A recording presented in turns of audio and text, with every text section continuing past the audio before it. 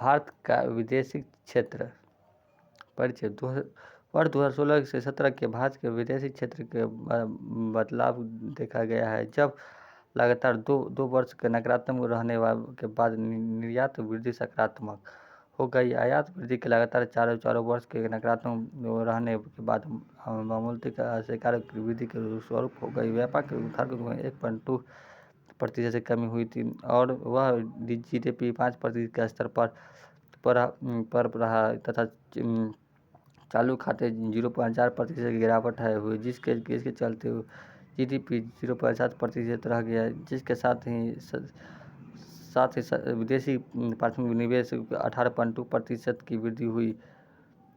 2 वर्षों के अंतराल के बाद 2016 के भारत के निर्यात 5.2% तक घनत्व हो गया, जिसके साथ साथ आयात में 1.10% की मामूली गिरावट की 2015-16 से 130.1 मिलियन अमेरिकी डॉलर GDP का 6.2% की तुलना में 2016 से 17 के 2011 से 12 में 4% बिलियन अमेरिकी डॉलर के GDP का 5% व्यापार की कम आएगी।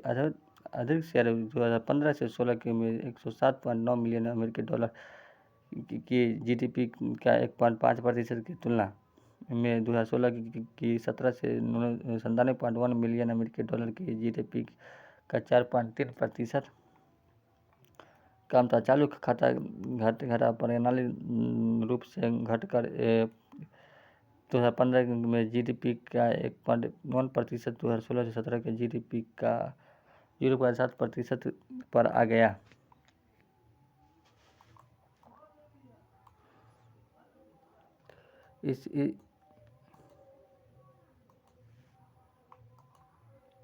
इस उलझले कारखानों को फायदा होगा एवं उपभोक्ता के सामने बेहतर विकल्प होंगे। देश में संगठित रिपोर्ट की वास्तविक मदद मिलने और आपूर्ति से जुड़े बुनियादी सुविधा के निवेश से होगा। उत्पादक एवं उपभोक्ता दोनों के माध्यम की श्रृंखला के खत्म होगी। लोगों के उचित ईमानदार उपलब्ध होगा और मुद्रा पर नियंत्रण होगा। मल्टी ब्रेड टेस्टर FDI संबंधित समस्या करोड़ों लोगों के जीवन से जुड़े असंगठित क्षेत्र के विदेशी कंपनी को असुवैधिक सेवा के विनियम के क्षेत्र के प्राकृतिक प्रभाव पर रहा और रोजगार में कमी आ सकती है। इसके परिणामी गरीबी की समस्या में बढ़ सकती है। देश समस्या में लगातार 95% खुदरा व्यापारी असंगठित सेक्टर में रहा है। हर गली मोहल्ले में खुदरा व्यापार करने के लगभग 15 करोड़ लोग अपने परिवार का पोषण कर रहे थे। मल्टी ब्रेड टेस्टर में विदेशी निवेश में इसका रोजगार छीनने का रखता। इसमें से न केवल व्यापारिक तुलना होगा बल्कि कितना हिस्से हित के प्रभावित हो सकते हैं, क्योंकि विदेशी कंपनी किसानों की भूमि पर्यटन पर लेकर अपने ढांचे मानवीय खेती करवाए। क्षेत्रीय व्यापार समझौता विश्व व्यापार संगठन WTO के अनुसार क्षेत्रीय व्यापार समझौता 2 या 2 से अधिक भागीदारी के बीच पारंपरिक व्यापार समझौते के रूप में परिभाषित किए जाते हैं। क्षेत्रीय व्यापार समझौते के मुख्य निम्नलिखित प्रकार हैं। अधिकतम व्यापार समझौता यह राष्ट्र के बीच एक प्रकार का व्यापक समझौता है, जिसमें से समझौते को स्वीकार करने वाले देश के निश्चित उत्पादन हेतु प्रशुल्क में कटौती की जाती है, जिसके तहत सदस्यों के देश के संघ के उत्पत्ति पर भी निम्न व्यापार का प्रयोग किया जाता है। उत्पादों को सूची दिया जा सका। सदस्यों के देश के प्रभुता की कटौती के हेतु सामाजिक परंपरा के पर सकारात्मक सूची करते हैं। यह संभव समिति के सदस्य दोनों के व्यापार संबंधों में लचीलापन प्रदान करता है।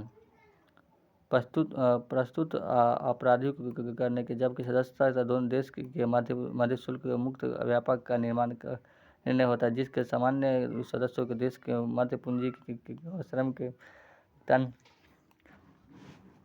ही है होता है समझ बाजार। इसके अंतर्गत सदस्य अपने बीच कुछ संस्थापक प्रावधानों, वाणिज्य एवं वित्तीय कानूनों तथा नियमों के बीच की समस्या बैठाने का प्रयास करते हैं। इसके अंतर्गत उत्पादन कार्यों का मुक्त प्रवाह होता है। श्रम एवं पूंजी के मुक्त प्रवाह का नियंत्रण समाप्त किया जाता है। यूरोपीय साझा बाजार इसका एक प्रमुख उदाहरण है। आर्थिक मंच, आर्थिक संघ का समझा बाजार जो कि व्यापार की नीति और इनके ऐसे अधिक समस्या तथा कार्य और विधियाँ संस्थाओं के वास्तविक आर्थिक संघ के देश में नीति नियमों के कार्यान्वयन सुनिश्चित करते तथा संसाधनों को मुक्त संसाधनों की आपूर्ति प्रदान करती है। वे